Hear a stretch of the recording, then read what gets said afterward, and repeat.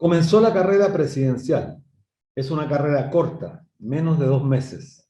Por primera vez en la historia se da en un marco donde el poder constituido está siendo cuestionado y abre la posibilidad de un nuevo Estado para Chile, lo cual plantea varias interrogantes. La primera de ellas, la transitoriedad de las nuevas autoridades que surjan luego de las elecciones de noviembre. No hay que olvidar que junto a la elección de presidentes se eligen congresistas y cores. Existe, al parecer, una mayoría que desea cambiar el régimen político, a lo menos avanzar hacia un régimen semipresidencial y acabar con el sistema bicameral, lo que daría paso a una nueva estructura, tanto ejecutiva como legislativa. ¿Cómo entonces podrían ejercer sus mandatos autoridades electas bajo una constitución espuria? ¿No parece razonable, una vez aprobada la nueva Constitución, convocar a elecciones de nuevas autoridades en todos los niveles? ¿No se escuchó en el debate presidencial de esta semana a las candidaturas pronunciarse sobre este particular?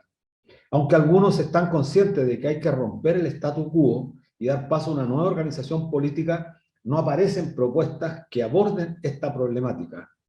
El país necesita cambios estructurales en todos los planos. El descrédito de las instituciones no es una casualidad, no es fruto de desacierto de algunas autoridades, es consecuencia de una sistemática política de descomposición moral que terminó corrompiendo prácticamente a todos los órganos públicos del Estado.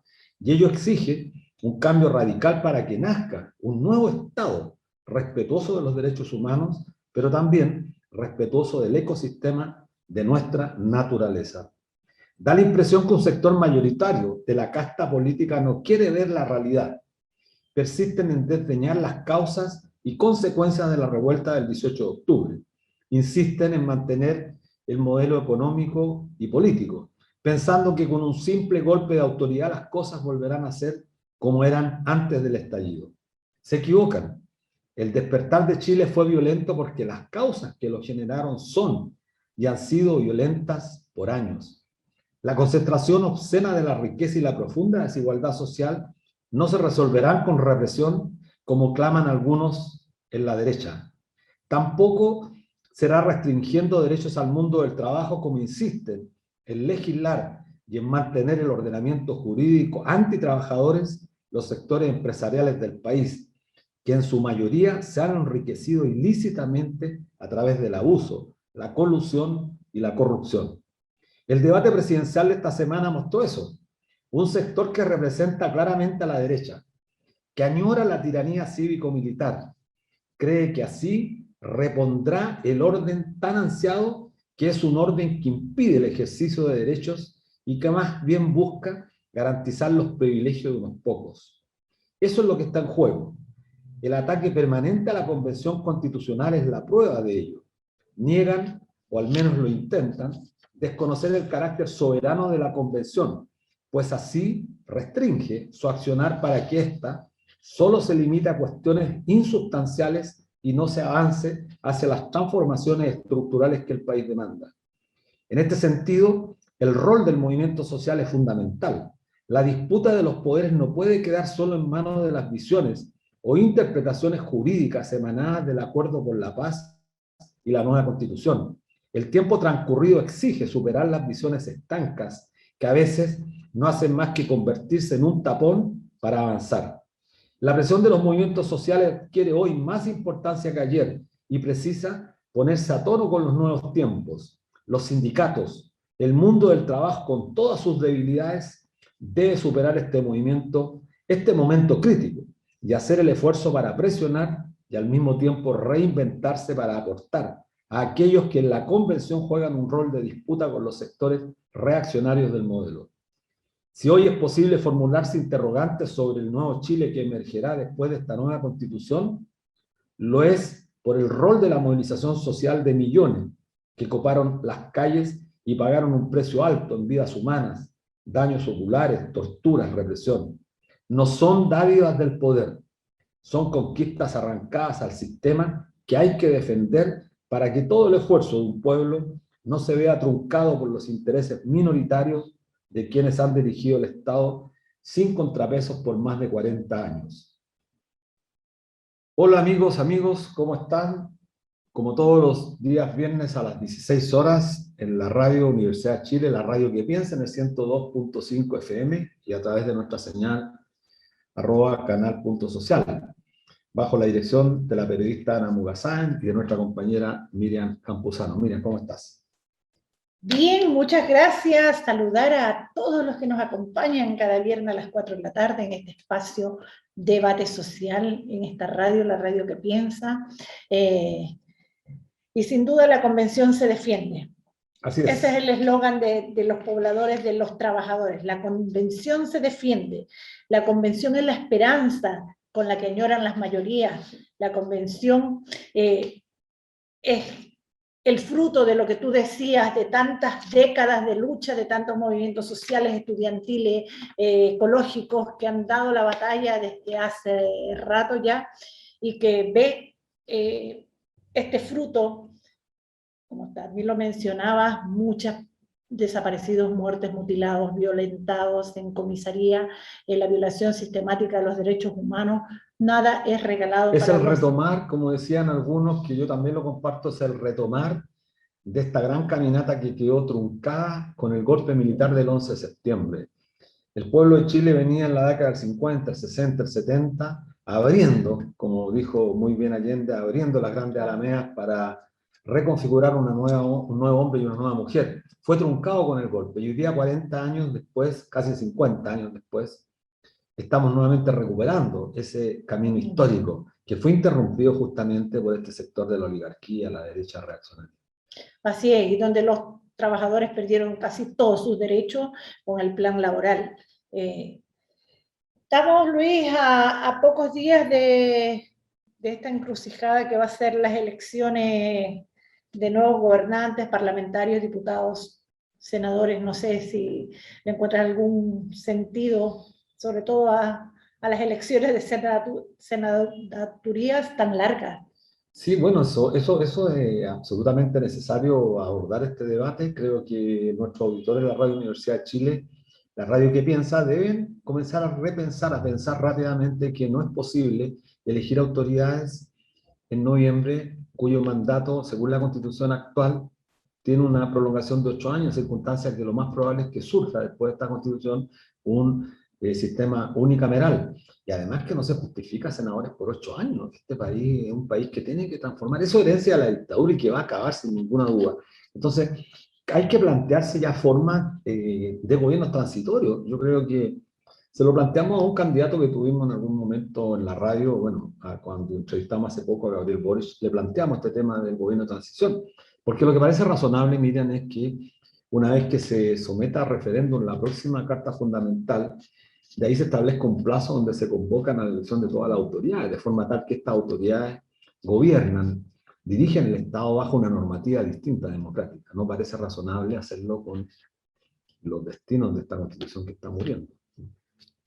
Así. Bueno, te quería llevar a otro tema, Luis. Te habrás enterado que ahora el gobierno intenta impulsar esta famosa ley corta, esto debido a que ha pasado 4 años batallando, queriendo imponer, por la buena, por las malas y por todas las maniobras hechas, una reforma previsional que buscaba en el fondo blindar las administradoras de fondos de pensiones y las compañías de seguros que están detrás de ellas, como MetLife, Sura, entre otras.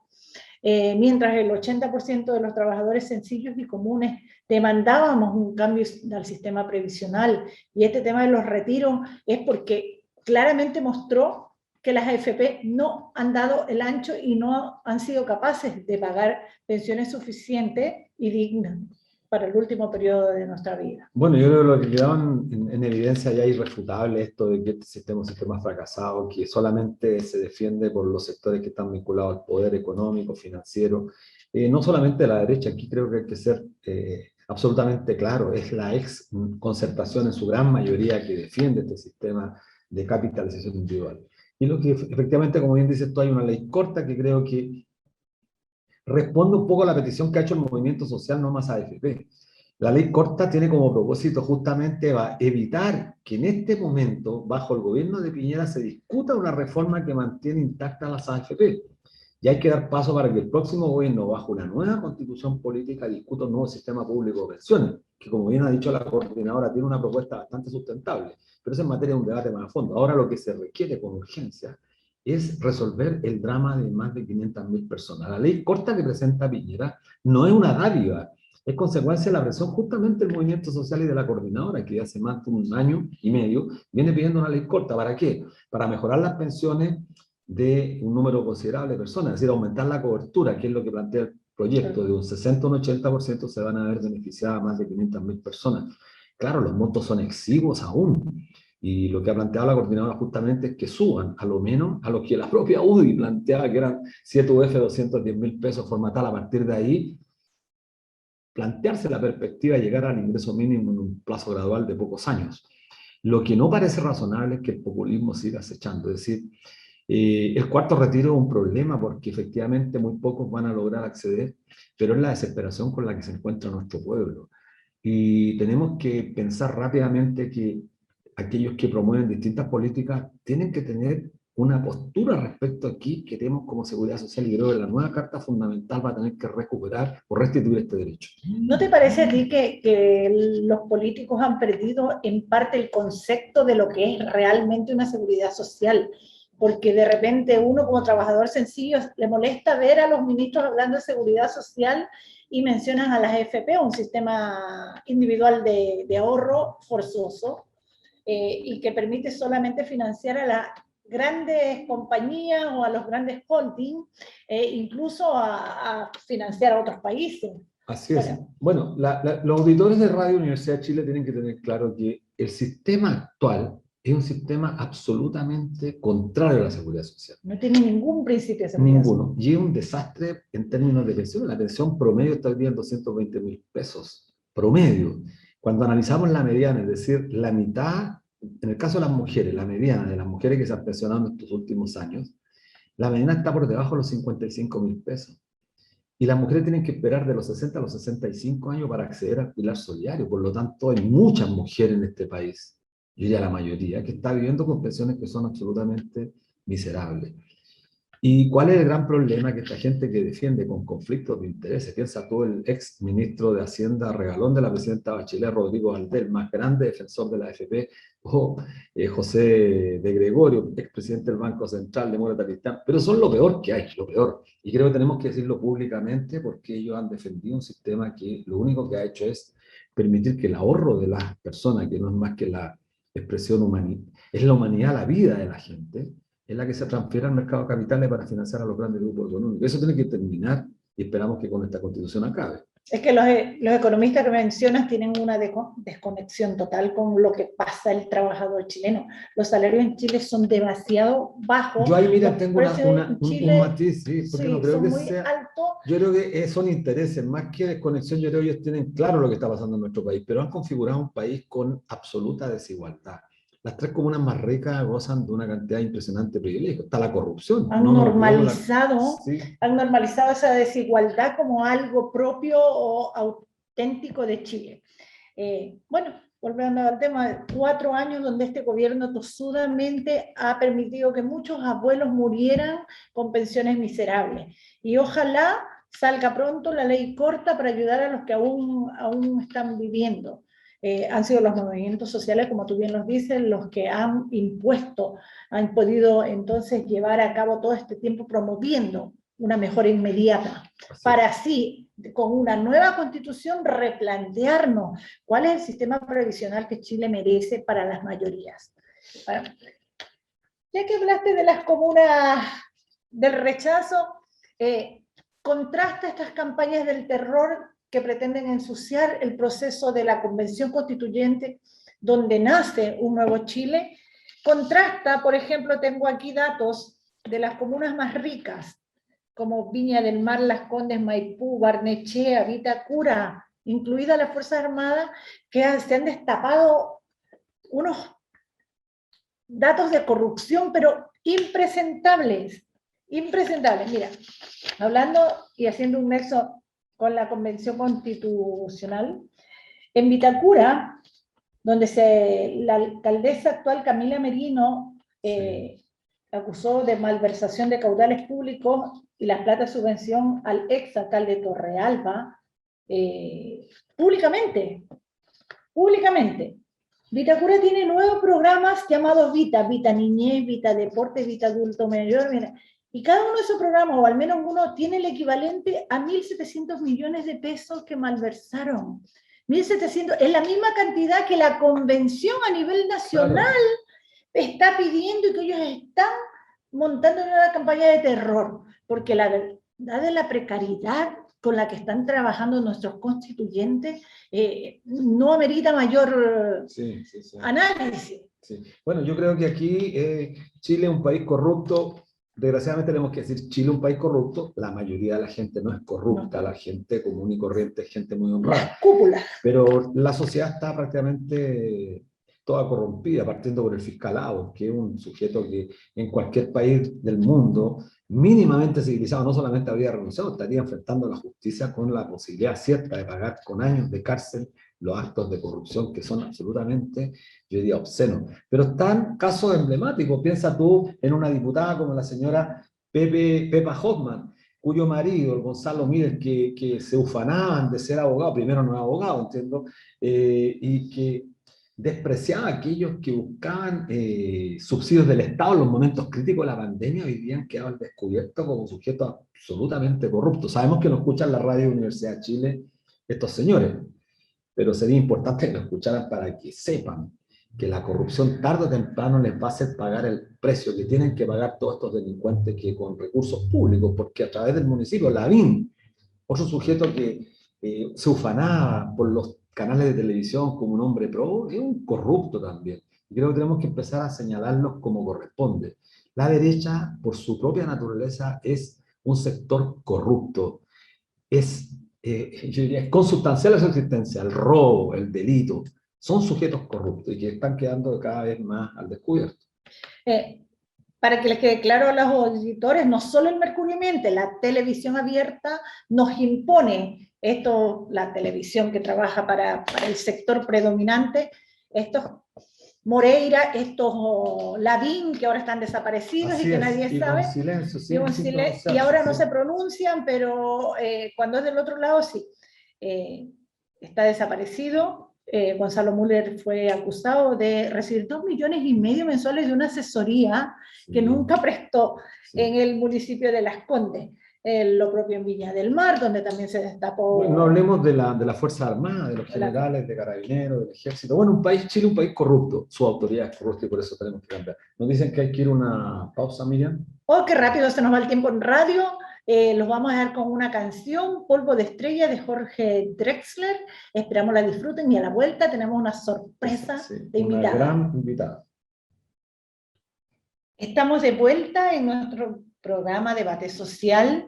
Les recordamos que pueden volver a ver estos contenidos en @canal.social, la página de fanpage. Hoy nos acompaña Cristina Dorador Ortiz, convencional constituyente del Distrito 3, científica de gran renombre, doctora en Ciencias Naturales, especialista en microbiología de la Universidad de Kiel, Alemania, profesora universitaria de Antofagasta, fue miembro del Consejo de Transición de la CONICYT.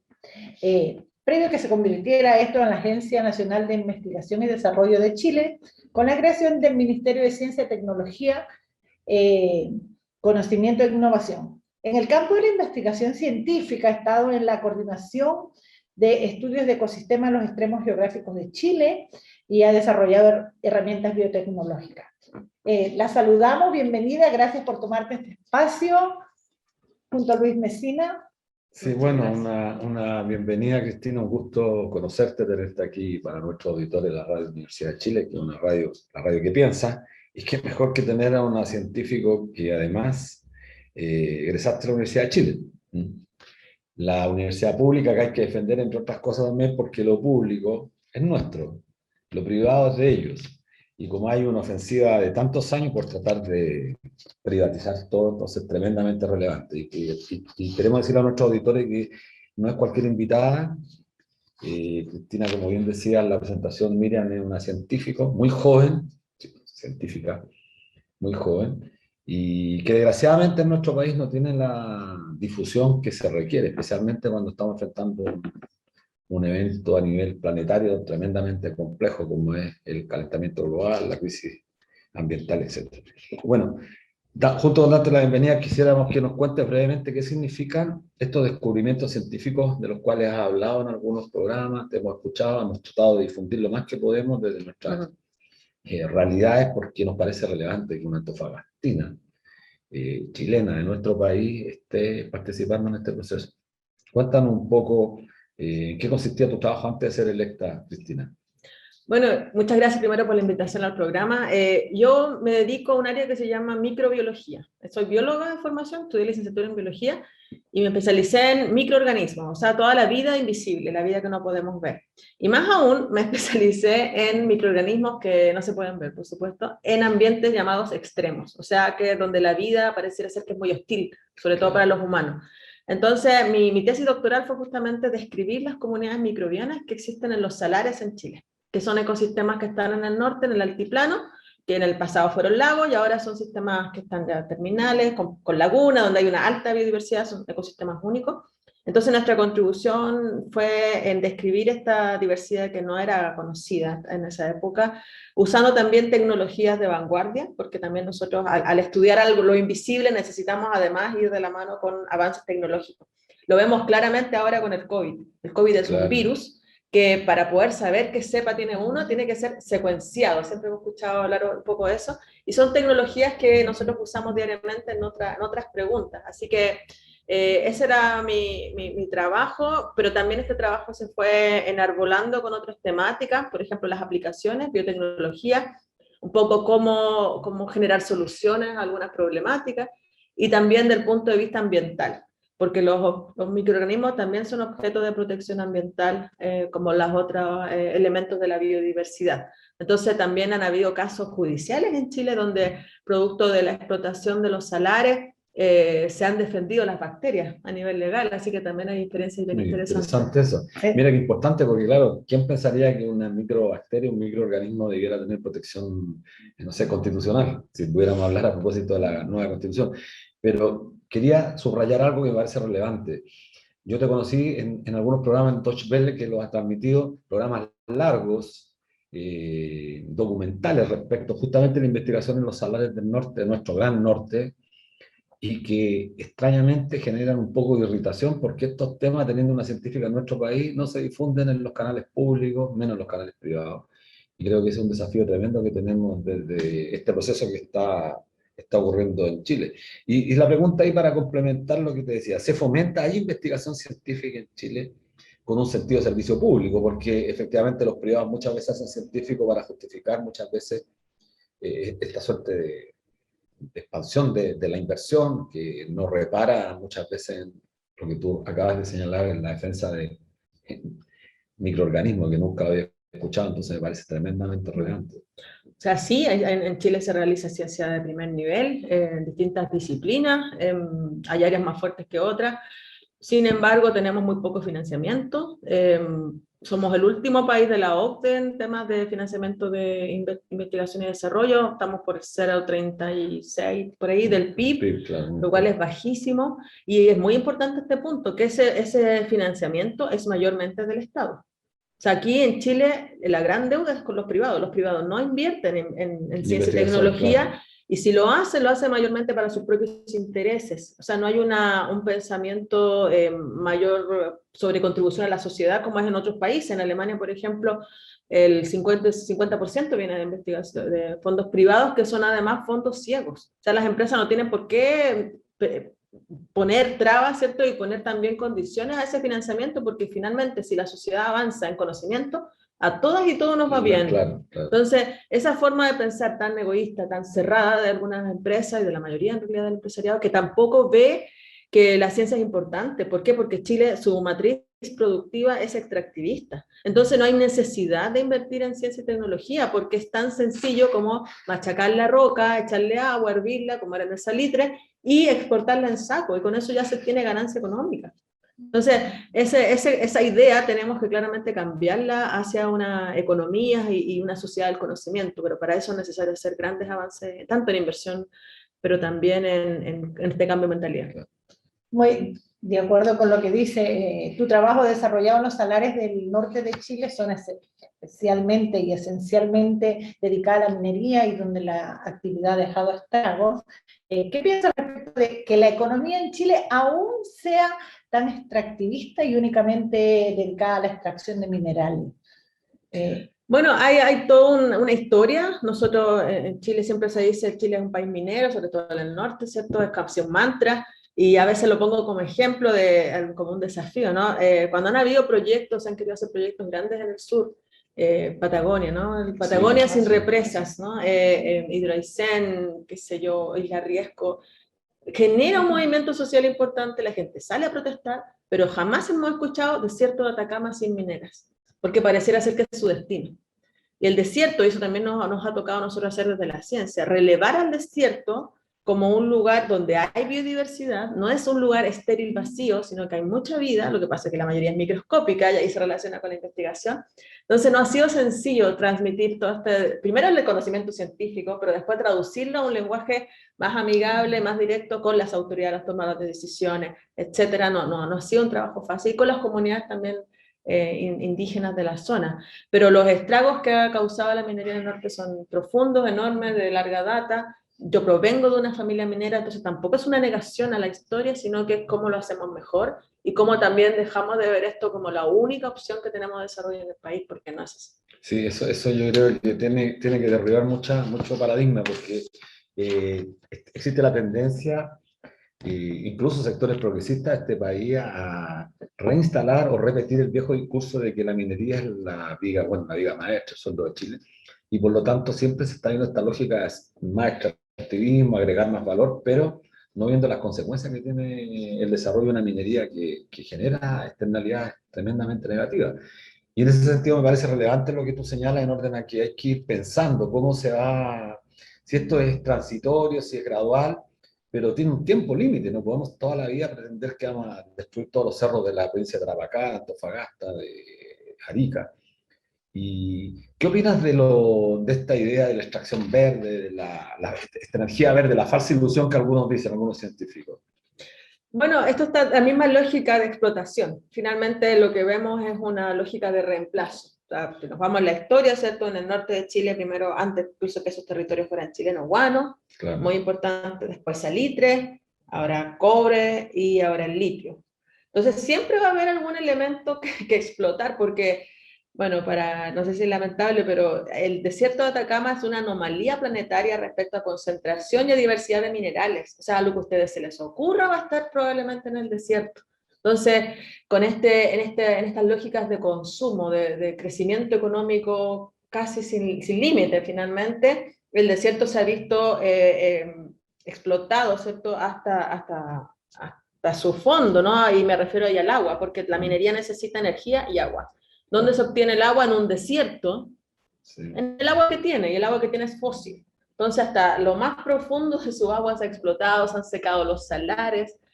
Ahora la solución tecnológica que usted señala es desaladora. Bueno, no hay agua continental, vamos a hacer desaladora. Pero eso también es un impacto, porque finalmente se ocupan las costas, donde hay biodiversidad, para hacer otra intervención, para el bienestar, digamos, económico de las compañías, pero no necesariamente de las personas. Entonces se están creando estas zonas de concentración industrial o las llamadas zonas de sacrificio. Además, tenemos el tema energético, que por mucho tiempo Chuquicamata, la primera termoeléctrica norte para Chuquicamata, en Tocopilla, del año 20, o sea, desde esa época, ¿cierto? Tratando después de haber agotado elementos básicos como la yareta o el tamarugo para la salitrera. Entonces, ha sido toda una expansión y un intercambio de materiales para lograr este objetivo económico que aquí no se ve. O sea, yo siempre le digo, con el plata del salitre, en algún momento fue la economía mayor del país, se construyeron la Casa Central de la Universidad de Chile, se construyeron grandes edificios, la Biblioteca Nacional, pero ¿qué quedó allá? Bueno, el país está viviendo sin duda, y Chile no es ajeno a una crisis medioambiental muy feroz, muy grave, con cambios climáticos que afectan cada vez más a la humanidad. ¿Qué país deberíamos crear entonces para aportar a disminuir el daño al medio ambiente? ¿Cómo debe traducirse esto en la nueva convención o la nueva constitución? Bueno, o sea, es un tema muy complejo, porque tampoco existen, y eso es importante decirlo, no existen soluciones mágicas para las crisis. O sea, ahí viene el aporte quizás de la ciencia, el conocimiento. Los problemas complejos se abordan de forma compleja. Y para tener complejidad en los pensamientos, en las ideas, tenemos que incluir y tener diversidad. Porque si son las mismas personas pensando lo mismo, finalmente no vamos a salir de esas ideas. Y eso lamentablemente es lo que ha prevalecido en Chile. Una sola forma de hacer las cosas que viene de la élite económica, centralista, mayormente hombres, no mujeres, etcétera. Todo eso se va vinculando a esta idea y que es muy difícil sacar. Por eso el ingreso de diversidad humana en estos espacios de discusión, como este nuevo órgano que es la convención, es tan saludable, porque estamos finalmente hablando de cosas que siempre lo supimos, pero no teníamos el espacio ni el lugar. Entonces, primera cosa, descentralización es fundamental.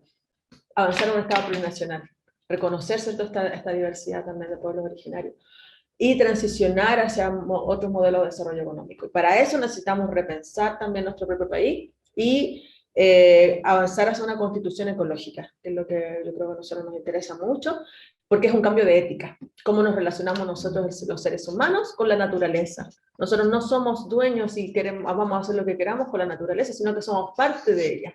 Y ese reconocimiento es un reconocimiento que hay que hacer, yo creo que cada uno, y poder avanzar en aquello. Oye, qué importante, bueno, lo que dice, estamos con Cristina Dorador, representante del Distrito 3 de Antofagasta, doctora en Ciencias Naturales, especialista en microbiología. Yo estoy francamente sorprendido porque en realidad lo que estás diciendo que parece, tiene cierta obviedad, pero no por ser obvio no tiene importancia, al contrario, es mucha importancia, pero dicho por una científica de manera tan clara, de manera tan sencilla que puede ser entendido por todos, creo que el aporte es fundamental. Y además Cristina Dorador es muy joven, entonces es relevante que nuestro auditorio de la Radio Universidad de Chile, la radio que piensa, estemos con alguien que piensa, y creo que dijiste algo muy importante, hay que repensar, hay que pensar de distintas miradas. Este tema que siempre es discutible, la comunidad académica muchas veces reproduce el paradigma dominante. Y creo que lo que estás diciendo tú en orden a repensar o pensar un país distinto es ya un cuestionamiento a lo que la comunidad siempre está transmitiendo, derribar los paradigmas. Yo te quería preguntar una cuestión que me parece relevante. ¿Cómo descentralizamos? Porque todos tienen en el discurso de los constituyentes, todos, desde la derecha hasta los más progresistas, todos hablan de la palabra descentralización. Pero la descentralización tiene que ver además con la configuración o reconfiguración del Estado. Tú como científica, que estuviste en Alemania, en un país tremendamente importante que tiene, bueno, ya lo dijiste, hay distintas concepciones. ¿Cómo te imaginas geopolíticamente también el Estado chileno? No es solamente un problema de colocar en la Constitución que este Estado... ¿Cómo se organiza? El norte grande es un norte que tiene ciertas peculiaridades. El desierto, además, estamos enterándonos de muchas cosas a través de tu exposición, de que hay mucha vida en el desierto. Siempre se nos dijo desde chico en el colegio, este es el desierto más árido del mundo. Por lo tanto, ergo, se decía, bueno, en más árido no hay vida. Curiosamente, el desierto florido, entonces hay mucha vida cuando... De eso, ¿cómo te lo imaginas tú en esta nueva constitución? Que es complejo, porque como hay 64 abogados, lo más probable es que los abogados no estén pensando mucho en esto, o muy pocos abogados. Sí, bueno, la descentralización es una de nuestras mayores demandas que nosotros representamos, ¿cierto?, a los territorios y es justamente lo que vivimos a diario. O sea, y también yo creo que por eso es tan transversal, porque todos los que vivimos en regiones distintas a la metropolitana, incluso dentro de la misma metropolitana, las desigualdades son enormes, son como un fractal de desigualdad, se van aumentando a medida que va profundizando más en la ruralidad, por ejemplo. Entonces el concepto está, lo podemos entender de forma distinta, hay gente que solamente llega a la desconcentración de poder, pero la descentralización es crucial porque en el fondo es justamente eliminar poder, porque Chile es un estado hipercentralizado, hiperpresidencialista, entonces no es algo bastante fuerte, ¿no?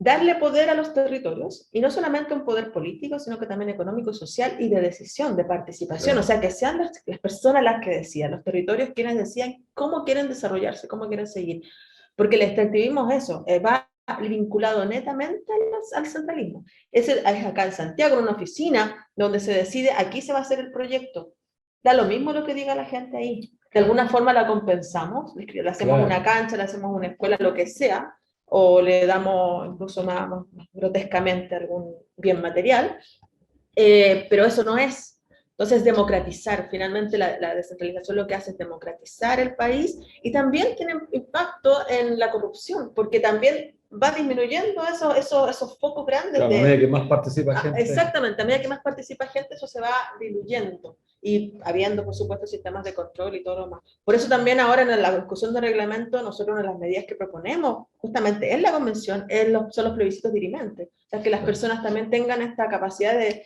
decir lo que les parece o no, no solamente que se les toma la opinión, como muchas veces pasa, simulacros de participación que ocurren en Chile, si es que ocurren. Así que ese es un sentimiento, pero transversal en el país. Nosotros nos tocó, yo fui coordinadora de la Comisión de Descentralización Transitoria, donde propusimos que ahora se va a votar entre hoy día y mañana, no la otra semana, todos estos días, el reglamento para que exista una comisión de descentralización permanente y ahí se discuta el modelo de Estado. Sí, volviendo a lo que tú hablas y ya que tocaste el tema, esta semana ha sido arduo trabajo respecto de generar las bases para entrar en la discusión de los temas de fondo en la convención.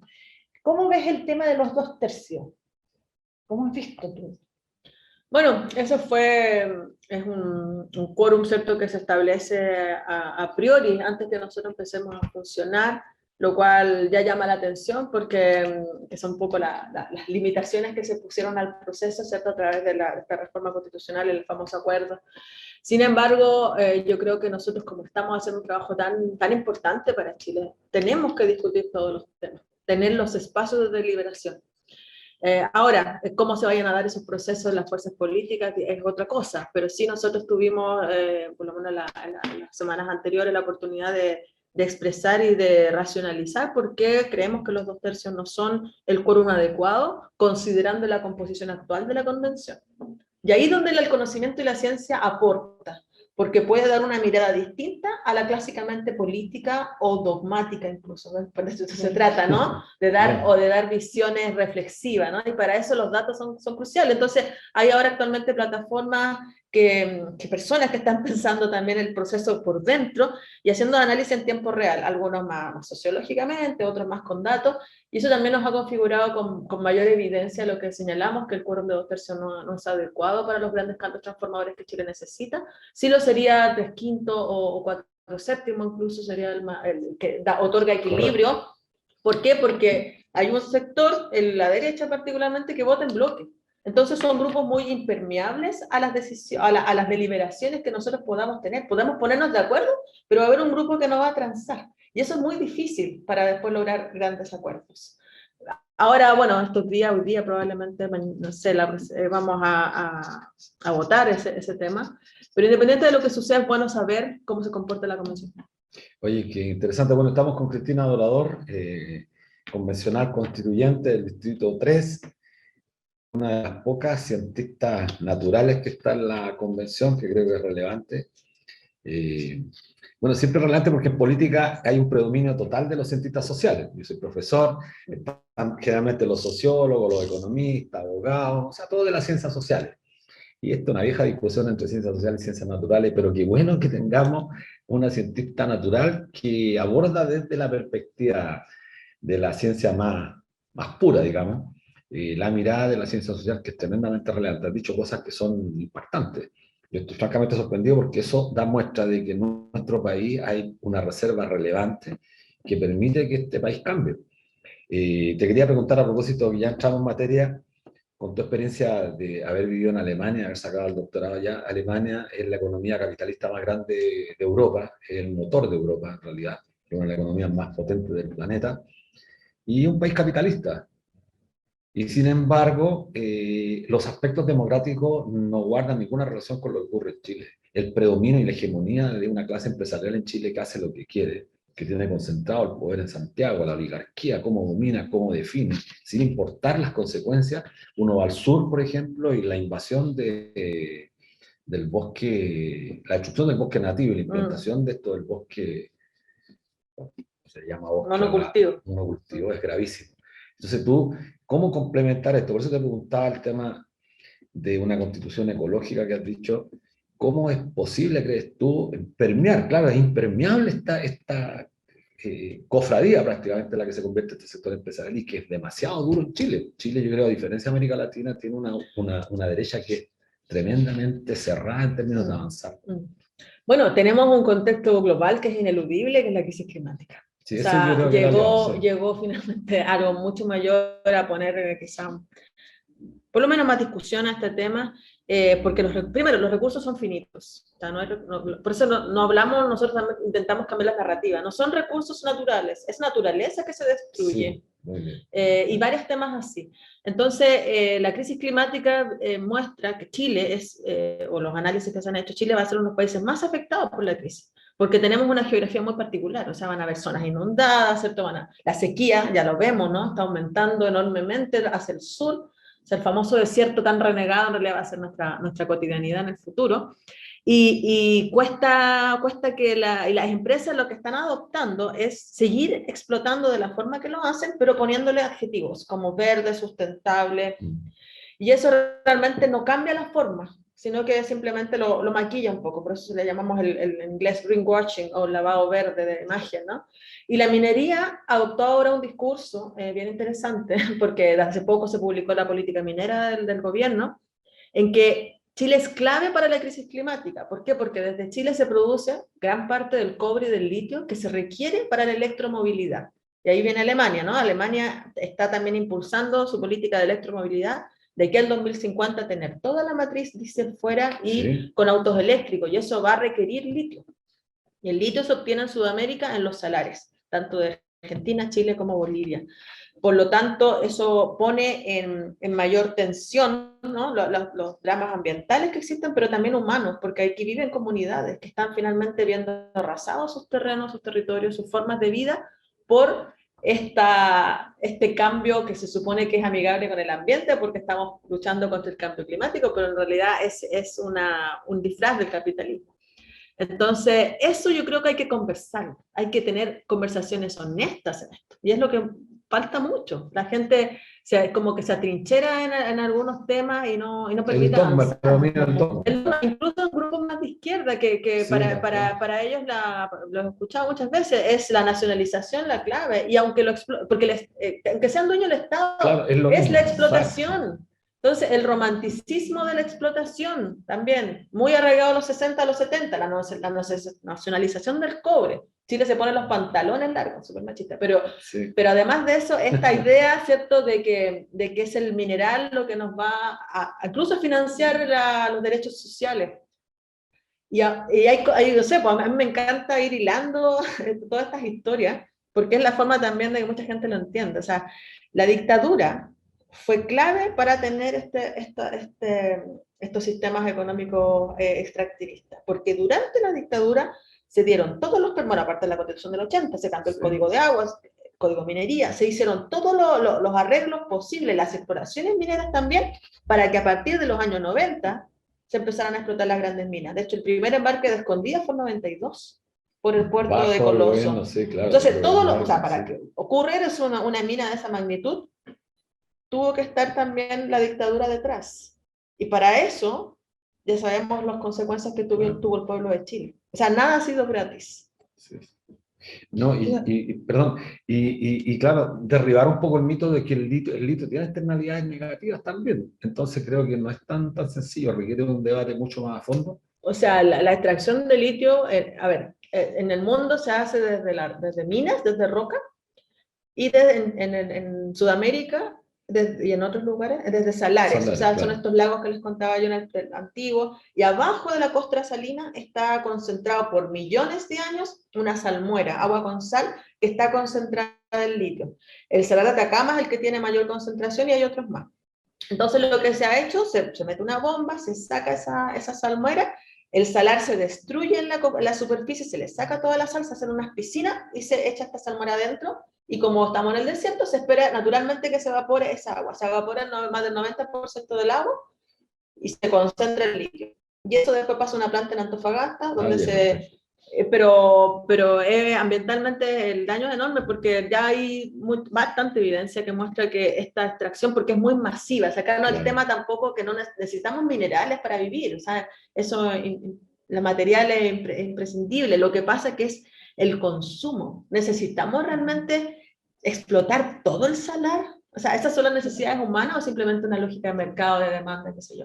Y eso es lo que hay que cambiar.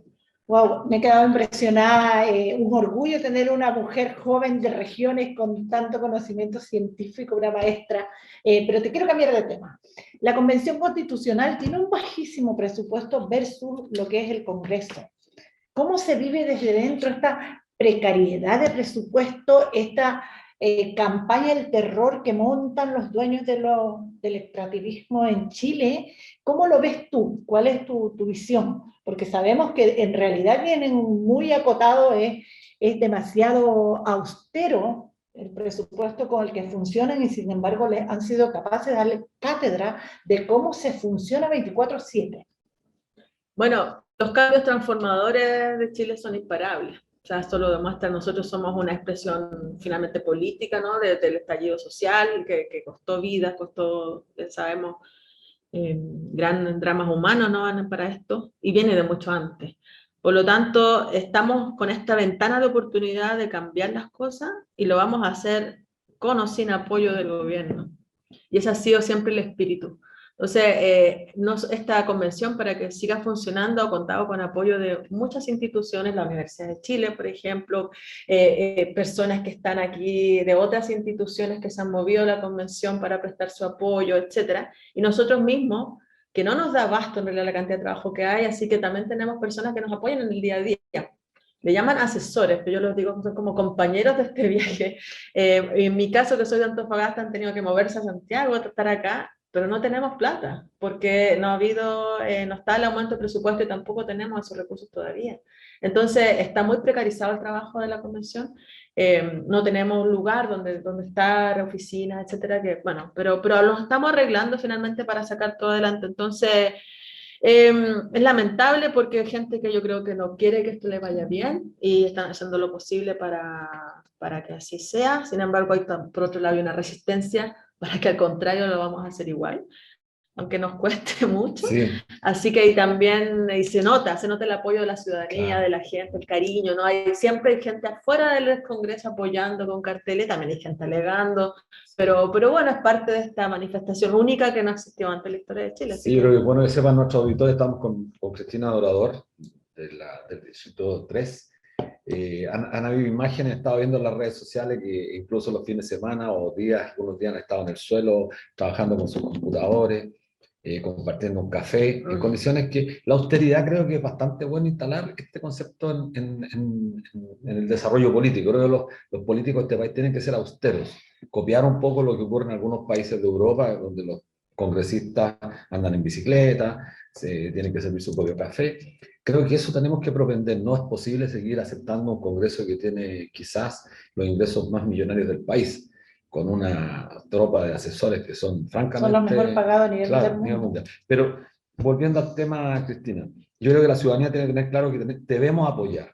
Y para poder apoyar y ser parte del proceso hay que estar informado. Y creo que justamente lo que hace la derecha en este país es desinformar o informar algo que a ellos les conviene de forma tal de desacreditar. Y te quería preguntar en ese sentido, ¿cómo se han coordinado un poco los constituyentes, las constituyentes para generar cómo romper el cerco comunicacional, que es un tema complejo? El uso de las redes sociales creo que es importante, son el gran aliado que tienen ustedes como...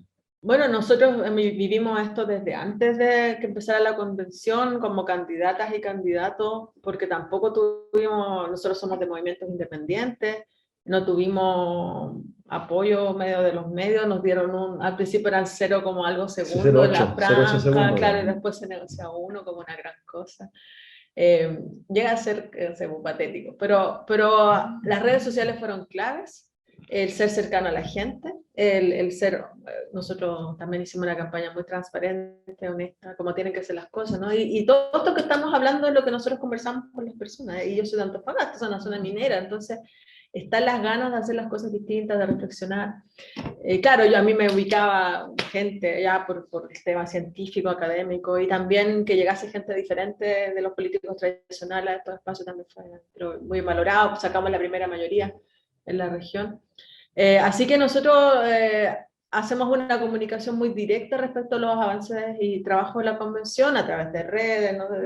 Hacemos asamblea, vamos a los territorios, o sea, nos exprimimos al máximo, pero a pesar de aquello, claro, la prensa grande, digamos, no informa desde su punto de vista, ¿no? Que muchas veces opaca todo el resto del trabajo y es lo que hemos visto.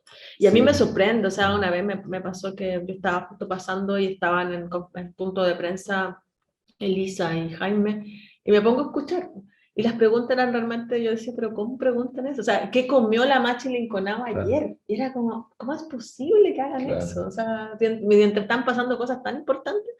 Bueno, pero es parte de que la gente también se dé cuenta de que el trabajo no es así, nosotros estamos realmente sacándonos la mugre para que esto funcione, que se informen directamente con sus constituyentes, que participen del proceso, eso es crucial. Vamos a tener muchos canales de participación popular, ciudadana, y eso, que se sientan parte del proceso constituyente, porque nosotros somos representantes de las personas, o sea, esto se construye desde abajo. Sí, no, bueno, estamos llegando al final. Yo creo que llamar a todos nuestros auditores de la Radio Universidad de Chile, la radio que piensa, a seguir a Cristina Dorador a través de las redes sociales, Twitter, Facebook. Es la única manera también de retroalimentarla a todos los candidatos, a todos los convencionales que están tratando de cambiar Chile, cambiar el mundo. Creo que hoy día tenemos un desafío gigantesco, lo dijo muy bien Cristina, el cambio climático se viene y ya es imposible, no podemos detener esta ola que se viene, y creo que Chile comenzó a cambiar. Y bueno, ha sido un tremendo, yo diría, honor tener a Cristina en nuestro programa. Así que no se miren porque vayamos para dejarle un Simplemente minuto agradecerle porque, como decía la convención, hay que sacársele el sombrero porque han dado cátedra de cuánto amor por el país tienen y cuánto entregan. Han sido capaces de trabajar 24/7, feriados incluidos, y todo, y dejar a su familia muchas veces de lado. Muchas gracias, Cristina, por tu tiempo. Sí. Sabemos que tienes que ir a tus labores. Sí, sí, no, agradecer el espacio también. Sí, pues ha sido bastante trabajo. También a las mujeres no nos toca fácil. No sé, hay estudios que muestran que los ataques en redes sociales a las mujeres en política es muy fuerte. Se han ensañado con algunas colegas, y ahí también nosotros tenemos un grupo de WhatsApp de constituyentes feministas y ahí nos apoyamos, ¿no? O sea, ha habido todo también un trabajo interno de la convención entre nosotros, que no nos conocíamos de antes. Claro, podemos pertenecer quizás a ideas políticas distintas, pero al final estamos todos en lo mismo, que le vaya bien a la convención. Así que bueno, muchas gracias. De nuevo, instar a las personas a estar atentas, a participar del proceso constituyente, porque también hay personas que, no sé, que quizás a veces nos quedamos en las peleas muy pequeñas, en algunas cosas como de conceptos, porque dijo esto otro, y los cambios son mayores, así que también hay que tener esta altura de miras, a veces las discusiones importantes. Bueno, muchas gracias, Cristina, y un gran abrazo y que te vaya muy bien. Muchas gracias nuevamente.